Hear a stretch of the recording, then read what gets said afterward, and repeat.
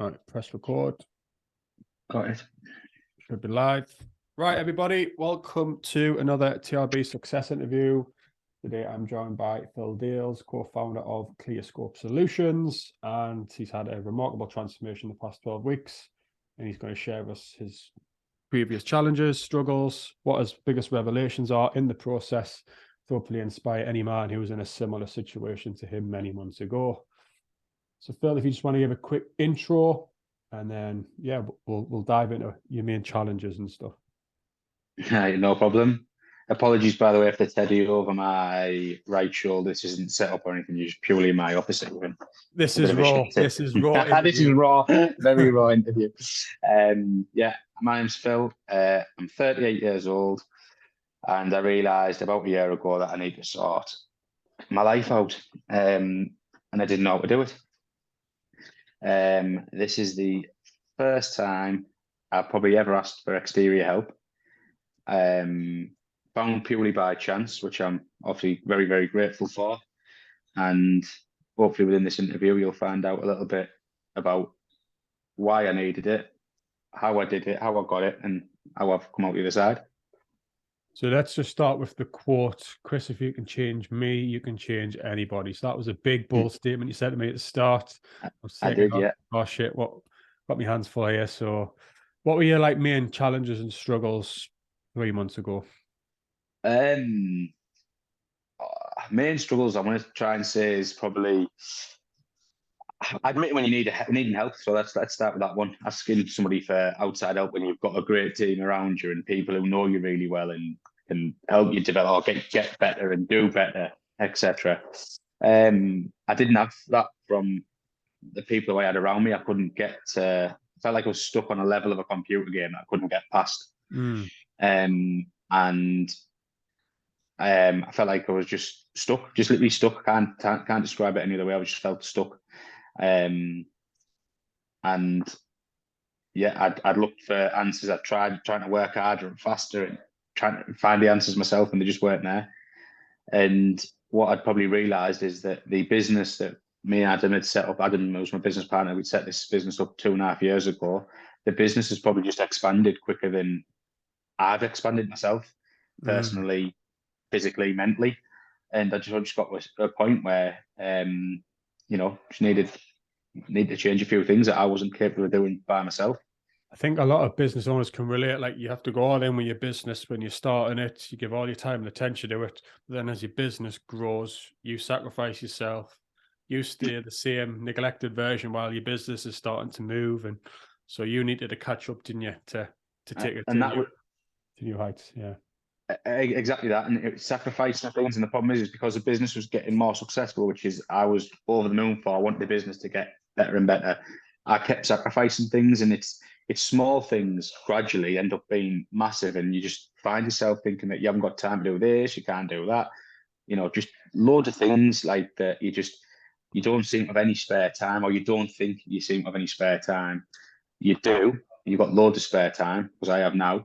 It's just prioritizing things in a certain order, delegating certain things off, and actually just working out what's worth your time and effort against what isn't, and making a clear-cut decision rather than dragging decisions out, which is probably what I've done in the past. Yeah. And then one of the big reasons why you had so many time constraints was being a yes man, which... Absolutely. My biggest... I'm looking at my paperwork now. I'm not going to show you, but I'm obviously... something I've known for ages. I'll try and help anybody out, etc., etc. Do what I can, where I can.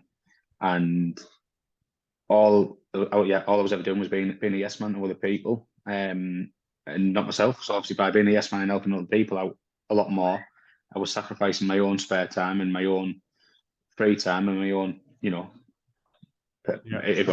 my own mentality is probably the honest answer 12 weeks down the line. So you had no time for health, fitness, then you had to just pick things on the go in terms of food. That adds to more stress. You kick yourself because you're not moving the needle faster in your business. So literally, you are literally sacrificing everything at the expense of serving somebody, aren't you? So absolutely, like I said, anybody who's self-employed, we all say, I like ask you off, if you can change me, you can change anyone.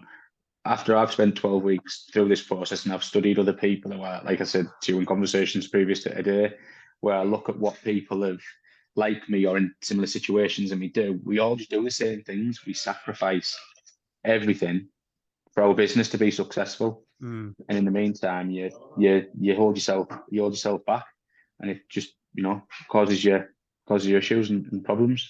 Can you remember how it was like impacting you physically and mentally? Just impacting me physically wasn't say like physically I'm active and I'm busy all the time, but it's just doing things like what's the word like I can't think of the word I can't think of the word I'll just edit this bit out, mate. Don't worry. Don't worry yeah about yeah sorry Chris 2 seconds one. Yeah give us 10 minutes time so just in the yeah. Don't worry about it. I'll just edit it out. Edit it out. Get your trail of thought. I know I get brain fog Yeah. sometimes when I'm tired. It was just when he'd come to that door and then he's come to this door and I knew he needed me. So I just said, lads, don't bother me for fucking 15 minutes. That's what it is. What was the trail of thought? We were talking about I think the train of thought for, my mind's just gone completely blank there, fuck's sake. Give us 2 minutes and I'll get more back there. Fuck's sake, man, I had that fucking flow in there as well. What was it? Physically and mentally we were talking about. Physically and mentally. Fuck's sake, we're trying to pick the conversation at me now, it's just ended now. I can't just leave me fucking be there for 10 minutes.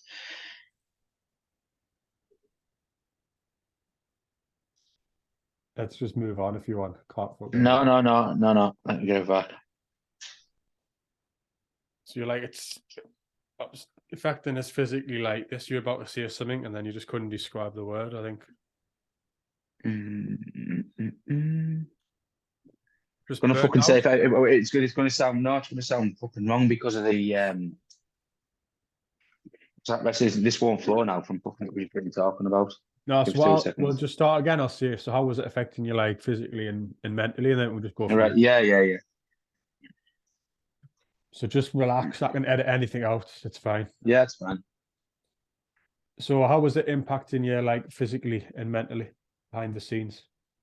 It was just affecting. The easiest way to describe it is everything, like I said, within the business was going quite well and doing all right. But to do that, I just didn't feel like I had any. I was trying to juggle things like my family time, personal time. Where do I find time to go and exercise? I haven't been in the gym previous to sort of December last year. I've been in the gym for nearly 5 years, and I can give you every excuse why I didn't go. And the biggest excuse I'll give you is I didn't have the time. And is that still the truth today, 12 weeks down the line? It probably not. It just wasn't one of the higher priorities on my list of things to do. So it's just a great excuse. It's just, you can't be asked to go to the gym when you've run a business all day. All you want to do is go and chill out, sort of get away from everyone who you've been around all day, we've got to work with and work around. And, just get your own sort of bit of headspace and free time. That's what we all probably go to work for, so have free time and enjoy ourselves. Yeah, I think like you've only got so much energy and headspace when you're spinning every plate on it. You've got to, obviously that's what we worked on, delegating certain things for more time for you. Yeah, and it's things like when you run a business, you sort of treat it like a baby. You're trying to bring it up, from nappies up to standing on its own 2 feet, so you can step away and have a bit more time. But like obviously, there's ways I describe as a business that develops. But you sort of ended up getting tied to it. You sort of become addicted to your business, I think, in some ways. And you feel that if you don't feed this baby every day of the week and you're not there every day of the week, then at some point it's going to fail. And the reality is it actually won't. It might not run as good. It might run better if you're there or you're not. But until you actually try it on both sides, if by not being there and by stepping away, then you don't know. And that was my problem. I was probably too much in control of not wanting to give the control of the business away or hand it over just yet, or let anybody else get involved in maybe running it. Yeah. And I had one of those moments that I think, Jesus Christ, was it week 4, week 5 when you asked me to sort of like Yeah, brought to the surface that the actual problem was letting go, yeah, letting go of control. That was it. Yeah. That day when it hit me like 200 bricks, I come back and I was actually shut out my own business. Someone had locked the door on me to say like, you've got to go home and you can't stay over and work later. And I felt awful. Like it literally knocked 10 tons of shit out of me.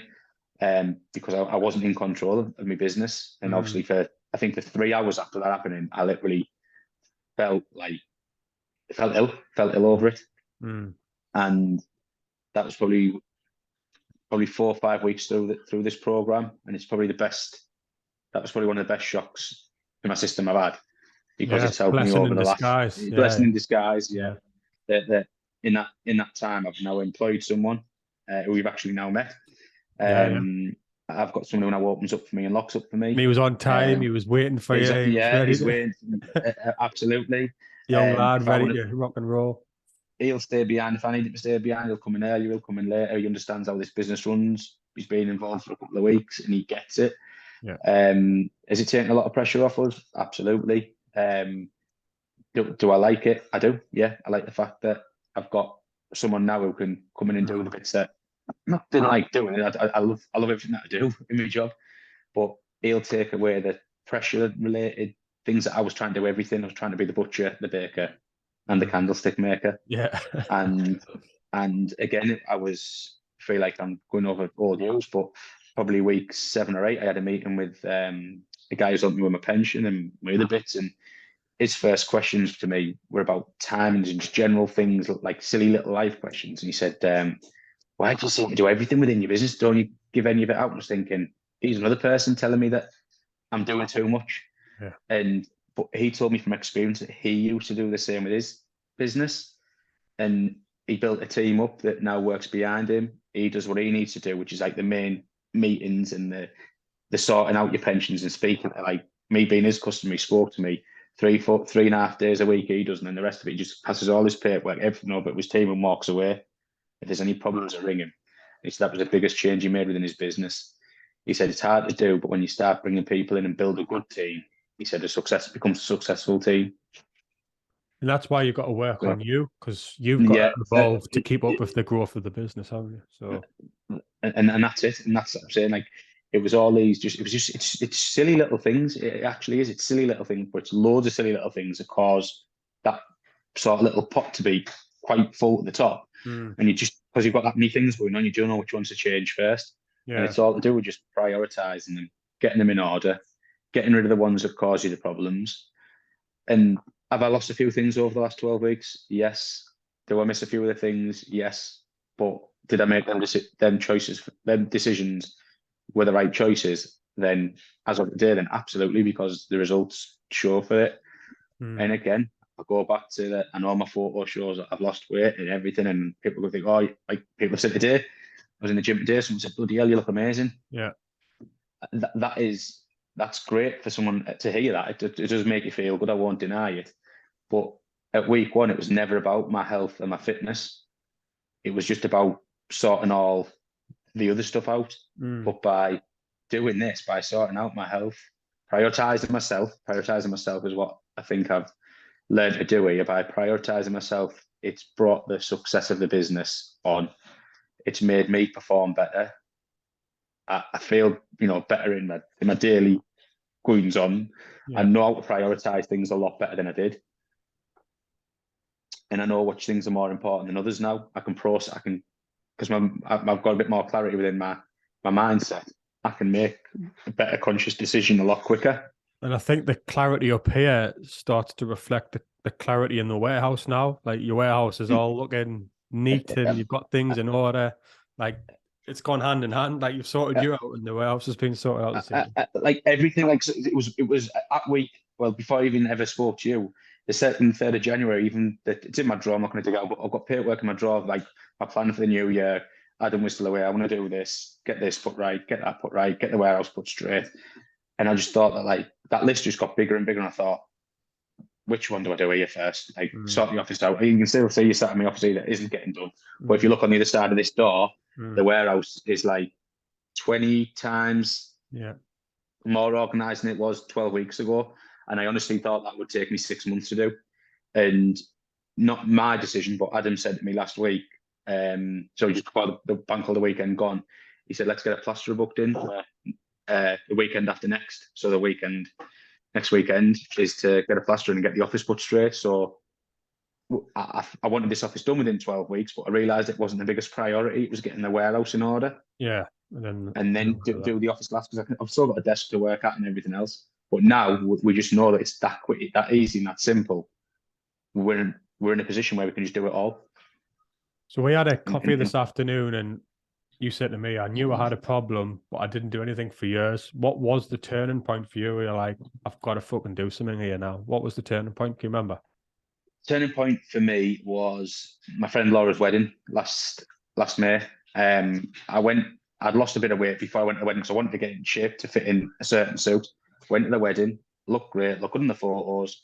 And in 6 weeks of coming back, I'd put the weight back on. I was back into my old routine, takeaways, Parmos.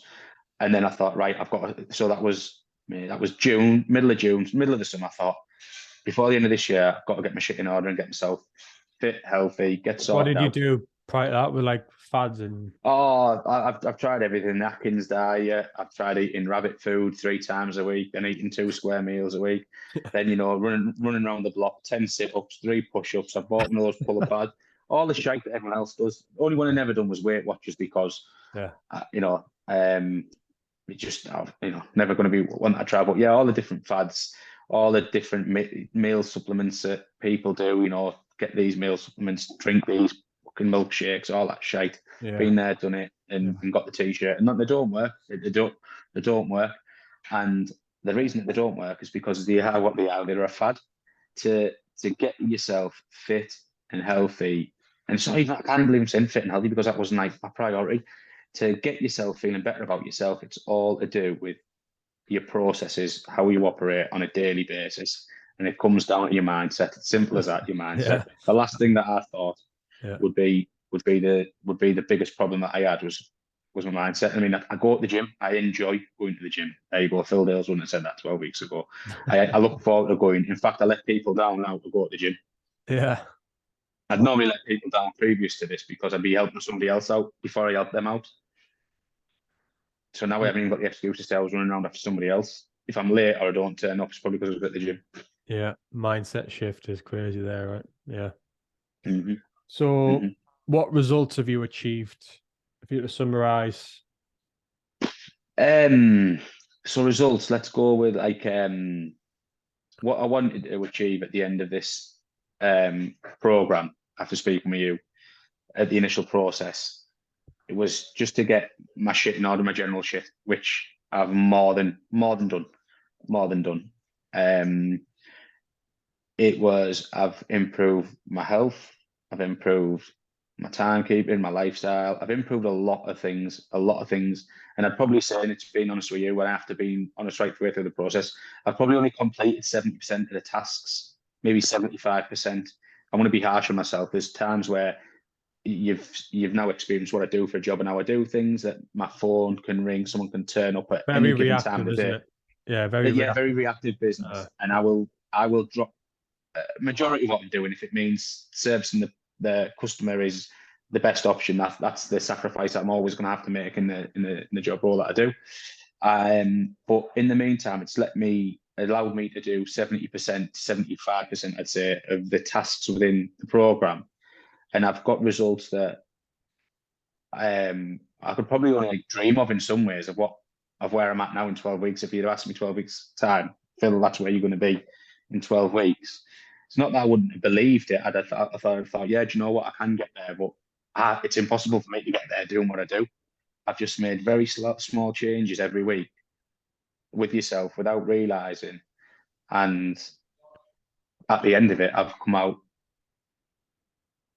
healthier is a word. I'm not going to say fit, healthier in myself completely, and that's in mind, body, soul. There's the thing is, it sounds, but yeah, that's the only way I can describe it. Like sustainable, not sustainable. I can literally lead this. I mean, again, you're Your gonna. I posts don't. this week about going on the beers and stuff, like you haven't really changed the things that No, people no. think they need to sacrifice. You haven't done it. Yeah, people are seeing me. They're going to think, bloody.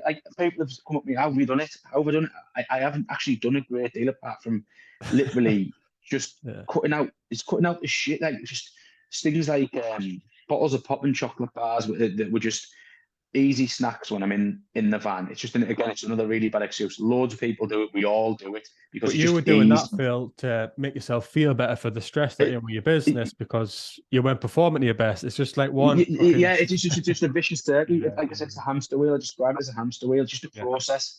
And the amount of people I've spoke to in the last 5 weeks of this program saying who see the results I'm getting, I'm saying, well, I've just cut that out and go, oh my God, I do that every day. Like, and like, fucking hell, is that all you've changed? You're like, yeah, in a nutshell, that's what I have changed and that's what I've stopped doing. But I'm still going out a couple of times a week. I'm still eating out. I mean, just to give you an argument, this weekend I've in Rio Steakhouse. I've gone to a Chinese buffet restaurant and I've had a carvery on Sunday for my dinner. And I've still lost weight. Yeah. And I'm running. I'm not honestly running marathons. I'm not lifting, pallets of bricks up on my shoulders and bench pressing 150 kilos. I'm doing, I think, an hour and a half to 2 hours exercise a week that I haven't done in any period of my life for the last probably 8 or 9 years. In all honesty, it goes to show you don't need to sacrifice everything. Like it's I don't feel like I've changes sacrificed. for big results. Yeah. Don't feel like I've sacrificed anything apart from bad habits. That's bad habits and poor excuses. That's what I've managed to sacrifice. And like I said, I still haven't got rid of them all. I know I've got a lot more to go and a lot more to do within the process for the results that I want. But just for the amount I've shifted, the amount I've changed in 12 weeks is incredible. It isn't. It's nothing short of incredible. So, what would be your top 3 revelations of the 12 weeks? Hardest part that any person it does find, because it was my hardest part, is asking for help, asking somebody who you don't know for help, because you feel like a dickhead. You almost feel embarrassed. You do feel embarrassed. I felt embarrassed, but once I did it, I asked for help. I still didn't tell anyone I'd asked for help. And then when I started telling people, I was like, fuck, I should have told them I'd asked for help.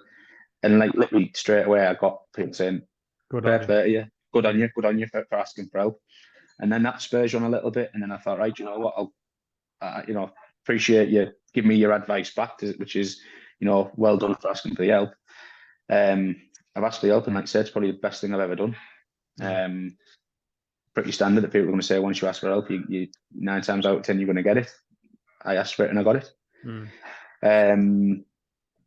Like I said, I don't feel like I have sacrificed anything, because like I said, if I want a chocolate bar or I want a bottle of pop, I can still have one. I just don't have 4 bottles of pop a day and 4 chocolate bars a day. Didn't ever need them. I just got them because it was an easy option every single time. Yeah. And it wasn't doing me any good. That's why I was the size I was. That's why I was carrying the extra weight, because I was just feeling myself full of crap to sort of fuel. It's almost putting a log, it's like log burning, it's just like putting an extra log on the fire to keep it warm for another half an hour. I was just putting a Mars Bar Duo and a bottle of Coke in my body so I could stay at work for another hour. And then what would be your 3rd revelation? Without sounding selfish, just realising that from now on I've got to prioritise myself first in everything that I do. It's got to be about me and then everything else around it. And obviously including the pay. I don't know, it sounds a bit selfish, but me being the main priority in my decisions. No, it's not selfish. More people need to actually fucking realise it. Like, if you can't help yourself, you can't help anybody else. Yeah. And that's the problem. And sometimes you're probably masking your problems by not prioritising yourself. Again, probably my biggest issue in all of this is probably just never prioritising in myself. And that doesn't mean that like I'm never going to help anybody out anymore. I'm not going to run around after anybody. That doesn't mean that that's what it is. It's just the way I was making that decision or going around that decision, I was sacrificing my own well-being to benefit somebody else before myself, and that's wrong, because realistically then all I'm end up doing is letting that person down as well, because it adds to the balls that you're juggling and the plates that you're spinning. Yeah. And then what would be your final advice for someone who's watching this? They're on the fence. They've seen your results. They're like, wow, I want results like that. But they've got doubts in the back of their head. Oh, I can't do this for this reason, this reason. What would be your advice for that person? Everyone's going to see it differently to how they accept help or in which way they process the help that they need to receive.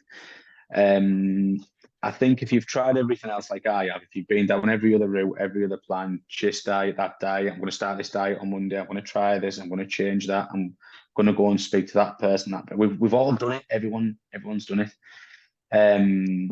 If this is something that you've never done, which is something I'd never done, and I've got results out of it, then sometimes you've got to get away from the norm to get the results that you need. And that's why I stepped out of my comfort zone for the first time in a long, long time. And it's the best, and I can't believe I am saying this, it's the best decision I have made in my life in the last 16 years. Wow. Amazing. There you go. Mm-hmm. Right. I think we covered everything. So some great insights. And if there's anybody else watching this who's in a similar situation, feel free to reach out. I'll have a free 10-minute chat to get some clarity on what you're struggling with. If I feel we're a good fit, we can then move forward, have consultation, and try and figure out a blueprint for you. But other than that, appreciate your time, Phil. Unbelievable transformation, and you're going to have a nice, well-deserved break in Benidorm. Yeah, and if honestly, Chris, if any lads or anybody who wants to speak about like the situation, how they feel, I'm pretty sure I can relate to them in some ways. I'm happy to speak to anyone if it gives them a bit of comfort to speak to someone who's been where they are, because it's a shite out spot. If you sat where I was 12 weeks ago, I know it feels, and it's not a nice spot. Like it's not a nice spot to be in, and to get out of it, you just need to get a bit of help. It's that simple. Cool. Right, thanks for tuning in, everybody, and I'll see you in the next one. So just press